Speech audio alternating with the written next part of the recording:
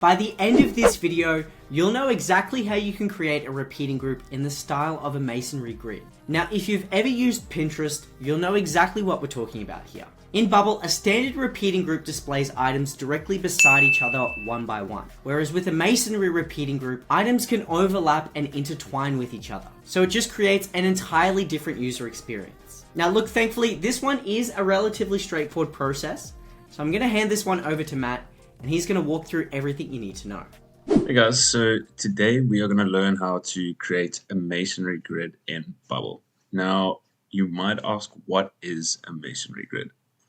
So a great example of a masonry grid is Pinterest, where you can see it has a whole lot of different images, and instead of just being stacked one next to each other, they all have different heights and kind of fit into a much better looking visual display. So we're going to go ahead and create one of those.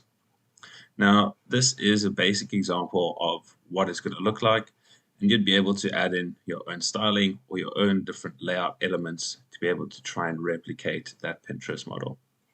So as you can see, we have 6 different images, and they all fit almost into each other with different heights. So this is a little bit different as if we were going to create it in a repeating group, which would just have a static height for each image and then have almost a gap in between each item. Okay, so we're going to go over to our Bubble page, and we'll go to our repeating group, and we're going to go here and delete that. Okay, so we are going to start by adding a repeating group. Let's look at our list here. Awesome. So we're going to start with a repeating group. So we go to the left, add repeating group, and we're going to go center that. We'll add a little bit of padding or margin at the top to give it some styling. And now we need to go look at some specific settings within this repeating group. So now if you look in this box over here, there's no option to create it as a masonry display or a masonry grid. So we need to go to where it says set fixed number of rows, and we need to uncheck that. And as soon as we uncheck that setting, it will say display items as a masonry grid, and we're going to click yes. All right, so one thing we need to do here is we're going to add in another column. Cool, so now we have 2 columns in our repeating group. And now we need to add in our actual image elements that will display within this repeating group. So we go to the left, add our images in. Cool. So now we have our image inside our group. And now we need to go back to our repeating group, and we need to give it its data source. So over here, I'm going to go to some content, and I have created an image type that is just some images loaded into my database. And then we're going to go to data source. I'm going to say do a search for images.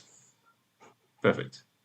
Now we're going to go into that repeating group, click on the image, and inside that image we're going to say current cells image. Great. So now it's going to search for those images and pull all of the images within my database. Okay, so now the next thing we need to do is go back to the repeating group itself. We're going to go to layout, and now over here we can set our different kind of heights or widths, and editing these settings will sometimes change the display of how these images are shown. So over here, I'm just going to say max 800, and we can say fit to content. And then another important thing is to go to your image itself, and then make sure that you set the min height of the actual image to something quite low. And it's okay to set it to something like 50 pixels, because if the image is greater than 50, it will have this fit height to content, so it will be able to stretch to a much greater height.